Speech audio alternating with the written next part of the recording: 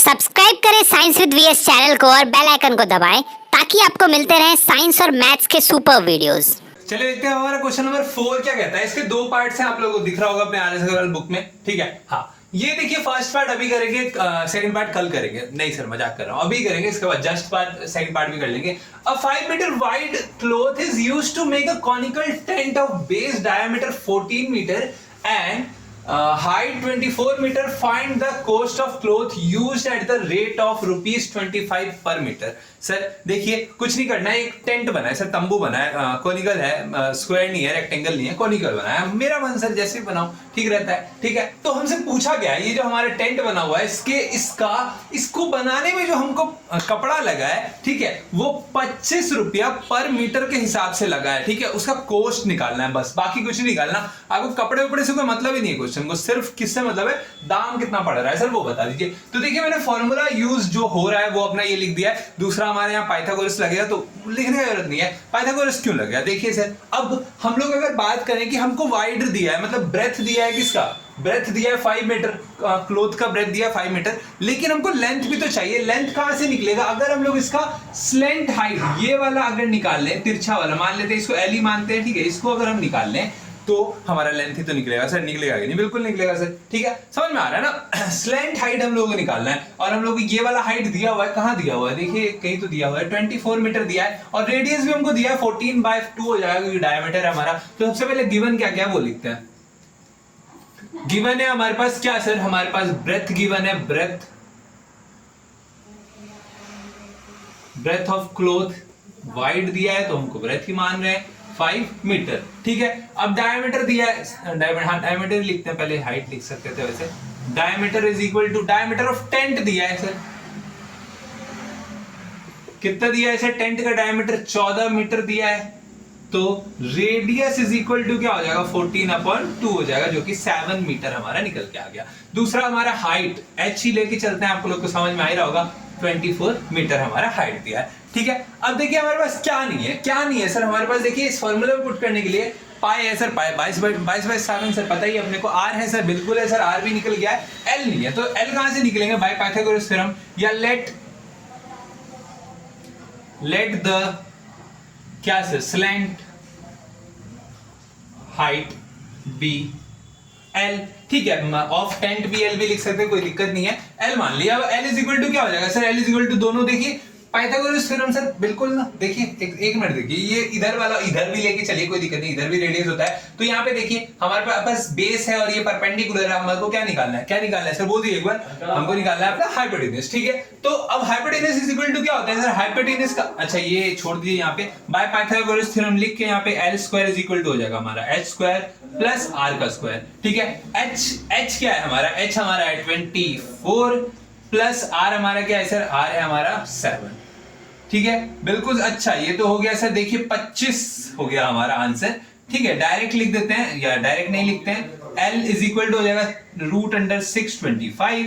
625 का क्या होता है, रूट होता है सर 25 मीटर, निकल के हमारा L आ गया। अब 25 मीटर अगर हमारा निकल, देखिए सेंटीमीटर की बात नहीं कर रहे हैं यहाँ पे क्योंकि सब कुछ मीटर में दिया, आप सब कुछ को सेंटीमीटर में निकाल दीजिएगा, पहले चेंज करके उसके बाद अगर निकालिएगा तो वो आप पे डिपेंड करता है सर। वैसे नहीं निकलेगा, वैसे ऐसे भी निकालेगा तो ज्यादा आसान रहेगा हमारे लिए, है ना। हाँ, तो दिमाग ही नहीं लगा, क्यों ही बहस करना सर उस पे। अब देखिए एल हमारा आ चुका है, तो एल भी आ चुका है, पाई का वैल्यू हमको पता है, आर हमारा ऑलरेडी आया रखा हुआ है, तो सीएसए का फॉर्मूला जो होता है कर्व सरफेस एरिया का, वो लगा दीजिए। अब कर्व सरफेस एरिया क्यों निकालना है, एक बार बता दीजिए सर। कर्व सरफेस एरिया निकालेंगे तभी तो हमको पता लगेगा, मतलब कर्व सरफेस एरिया को निकाल के दोनों के एरियाज को इक्वल कर देंगे। एरियाज मतलब देखिए हमारा L इंटू बी, ये देखिए अगर इस क्लोथ को हम लोग खोल दें, इस क्लोथ को अगर हम लोग खोल दें तो वो क्या निकल जाएगा बताइए एक बार, वो बन जाएगा आपका, क्या बन जाएगा बता दीजिए सर, आपका वो बन जाएगा रेक्टेंगल बन जाएगा, रेक्टेंगुलर क्लोथ होगा। अब रेक्टेंगुलर क्लोथ है और उसको हम लोगों ने कोन में बदल दिया है, ठीक है, कोन में बदला है तो उसका कर्व सरफेस एरिया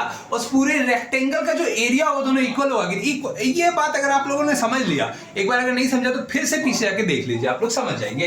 तो देखिए क्या समझ में आ रहा होगा आप लोग की, L into B area of rectangle is equal to CSA नहीं हो जाएगा, होगा कि नहीं। और अगर हम यहां से L निकाल लें उसको b में गुना कर दें या फिर डायरेक्ट जो भी निकलेगा इसी से निकल जाएगा वैसे हमारा l, ठीक है। उसके बाद जो भी हमारा कोस्ट है उससे मल्टीप्लाई कर दो, हमारा आंसर आ जाएगा। तो बस वही करने की कोशिश कर रहे हैं। पाई का वैल्यू हमारा 22/, अगर नहीं समझ में आ रहा तो देख लीजिए एक बार वीडियो, उसके बाद भी अगर नहीं समझ में आता कमेंट कर दीजिएगा एक बार, बस फिर समझा देंगे अच्छे से। r क्या है सर, r क्या है सर, r है हमारा 7, तो 7 का स्क्वायर नहीं, यहाँ पे l r गया डायरेक्ट, है ना, इनटू हमारा l क्या है सर, l है 25। तो एक चीज हमको दिख रहा होगा, कटाने में बहुत मजा आता है तो कटा ही दीजिए पहले अपने आप को। तो अब देखिए हमारे पास 7 तो कट गया, 22 इंटू 25 है, तो CSA इज इक्वल टू क्या हो जाएगा, 22 इंटू 25, 550 मीटर स्क्वायर हमारा आंसर आ जाएगा। अब स्क्वायर कहां से आया एक बार बोल दीजिए सर, r के पास एक था मीटर, l के पास एक मीटर था ना, दोनों को मल्टीप्लाई किया तो क्या बन गया सर, मीटर स्क्वायर बना कि नहीं, बिल्कुल बना, metre into metre, metre square. अब देखिए अब हमारे पास क्या निकल के आ गया सर, ये निकल के आ गया, अभी मैंने बताया क्या, ये सर ये लिख दीजिए कि area of cloth is equal to CSA of tent. क्यों होगा सर, ये चीज मैंने अभी आपको समझाया। वैसे ही अगर हम इस पूरे तंबू को खोल दें, उसका जो कपड़ा का वो एरिया होगा, और ये टेंट का जो पूरे कर्व सरफेस एरिया हम लोगों ने निकाला, कर्व सरफेस एरिया में नीचे वाला तो हमारा आया नहीं ना, बस हम समझ में आ रहा है ना, बस समझना है और कुछ नहीं करना। एरिया क्या है सर, एरिया हमको पता है L इंटू B होता है, और हमको यही चीज मैं समझा रहा था उस टाइम, नहीं समझ में आ रहा था आपको कि L पे ही तो डिपेंड करता है हमारा प्राइस। हमारे यहाँ मीटर दिया है, किस पे, मीटर स्क्वायर दिया है क्या, नहीं, एरिया पे हमारा प्राइस डिपेंड नहीं कर रहा है। कपड़ा लेने कभी भी जाते हैं आप तो वो आपको मीटर के हिसाब से कपड़ा देता है, ठीक है, उसको ब्रेथ से मतलब ही नहीं होता है, ठीक है, मतलब ब्रेथ बढ़ेगा तो कपड़े का रेट भी बढ़ेगा, वो अलग बात है, लेकिन यहाँ पे हमको मतलब ही नहीं है ब्रेथ से। तो L इंटू B हो गया इज इक्वल टू CSA, हमारा क्या निकल के आया, 550 निकल के आया। अभी मैंने बताया कि B का वैल्यू हम लोगों को दिया है 5 मीटर, ठीक है, तो L इज इक्वल टू क्या हो जाएगा, 550 अपॉन 5 कटेगा 11 बार में 110 आएगा। तो L is equal to length of the कपड़ा इज इक्वल टू हमारा आ गया है 110 मीटर। अब आप बोलिएगा मीटर कैसे आया सर, देखिए ऊपर मीटर स्क्वायर था, नीचे में मीटर था, एक मीटर कटा, मीटर बच गया, एकदम लय में चल रहा है अपने आप को।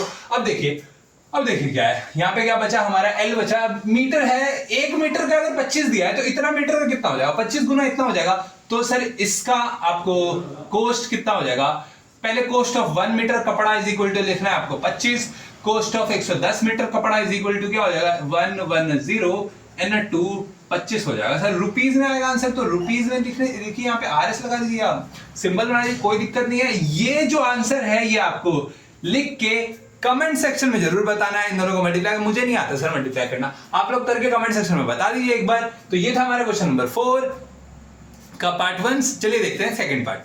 चलिए देखते हैं इस क्वेश्चन का सेकंड पार्ट क्या कहता है। हाँ, आप लोग सही समझ रहे हैं, मैंने टी शर्ट चेंज कर लिया, यानी कि दूसरा दिन है। मुझे 2 दिन लग गया इस क्वेश्चन को बनाने में, मतलब सॉल्व करने, वीडियो बनाने में, सॉल्व करने में 1 घंटा लगा था। बस 1 घंटे में मैंने इस क्वेश्चन के दोनों पार्ट सॉल्व कर लिए, है ना, बहुत तेज है ना, होता है sir. The radius and the height of a solid right circular triangle, sorry cone are, मतलब राइट के साथ ट्राइंगल आता है ना, इसीलिए आ गया। Right circular cone are in the ratio of 5:12 if its volume is 314 centimetre cube, find its total surface area.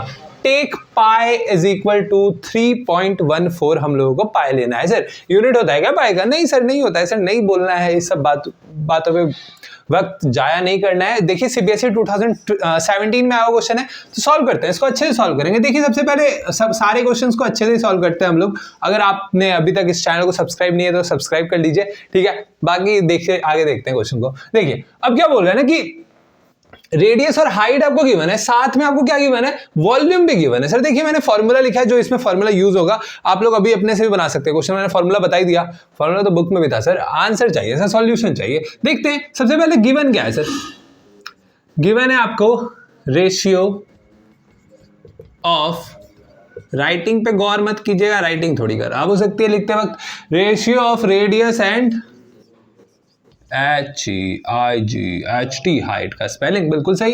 क्या गिवन है सर, कितना गिवन है, 5:12, ठीक है। हाँ, और वॉल्यूम भी तो गिवन है, वॉल्यूम भी गिवन है सर, वॉल्यूम ऑफ कोन। अच्छा ये कोन की बात हो रही है, ये लिख लीजिएगा, म होता है वॉल्यूम में, इज इक्वल टू दिया है 314 सेंटीमीटर क्यूब, ठीक है। और साथ में और क्या, और कुछ नहीं गिवन है, तो लेट जो भी रेशियो में होता है उसको रख लेते हैं ना, लेट द रेडियस यानी कि आर बी लिख दें या इज इक्वल टू बी ही लिखते हैं हम, ठीक है।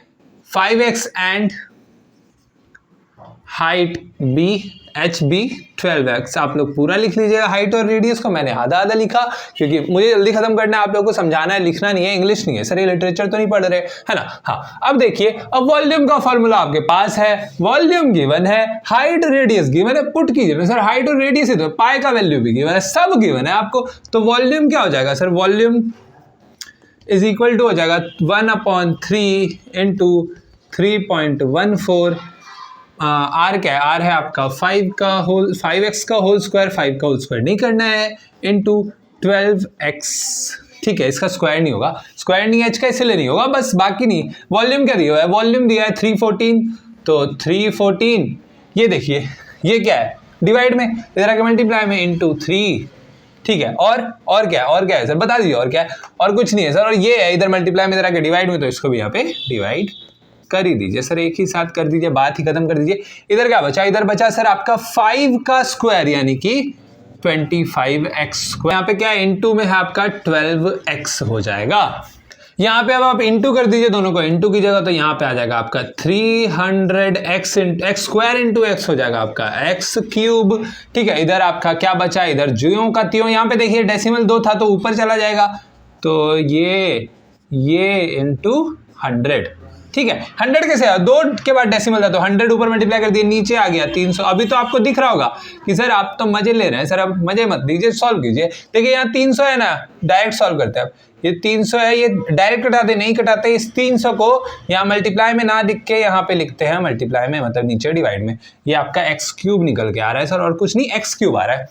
देखिए आंख बंद करके काट दें, आंख बंद करके बना दे क्वेश्चन, नहीं सर मत बनाइए, आंख बंद करके सिंपल सॉल्व कीजिए। ये कट गया, ये कट गया, 3 1 3 कट गया, 1 आ गया सर आंसर। तो x cube is equal to 1 आ गया, तो इसको भेज दीजिए। क्यूब रूट 1 का क्यूब रूट क्या होता है सर, बता दीजिए एक बार, जोर से बोल दीजिए सर, जय माता दी नहीं बोलना, x इज इक्वल टू 1 आपका आंसर निकल के आ गया सर। अब x का वैल्यू 1 आ चुका है तो x का वैल्यू पुट कर दीजिए, तो यहाँ पे ही आपका कहाँ लिख दे, अच्छा यहाँ माने थे, कोई बात नहीं, यहाँ लिखते हैं छोटा सा, r इज इक्वल टू क्या आ गया 5, h इज इक्वल टू क्या आ गया 12। सेंटीमीटर क्यों आया सर, बता दीजिए एक बार सेंटीमीटर, क्योंकि सेंटीमीटर में चल रहा है तो लिख दिए सर, माफ कीजिएगा गलती हो गया तो, ठीक है। आगे बढ़ते हैं, अब क्या चाहिए, वॉल्यूम आ गया सर, वॉल्यूम आ चुका है तो अब क्या चाहिए सर, टीएसए चाहिए। टीएसए में आपको क्या चाहिए, स्लैंट हाइट चाहिए ना, तो स्लैंट हाइट कैसे निकलता है एक बार देख लीजिए। ये हमारा क्या है, ये क्या है, ये क्या है, कौन है अपना, ठीक है। स्लैंट हाइट ये वाला है, और बीच वाला हाइट है, और ये रेडियस है, तो ये ट्राइंगल बना, राइट एंगल ट्राइंगल बना, तो पाइथागोरस थ्योरम से निकाल देते हैं हम लोग। क्या हो जाएगा Pythagoras theorem, L is equal to क्या आ जाएगा, रूट अंडर R यानी कि 5 का स्क्वायर प्लस 12 का स्क्वायर। नीचे सॉल्व करना पड़ेगा इसको, लिख देते हैं, डायरेक्ट ही कर देते हैं।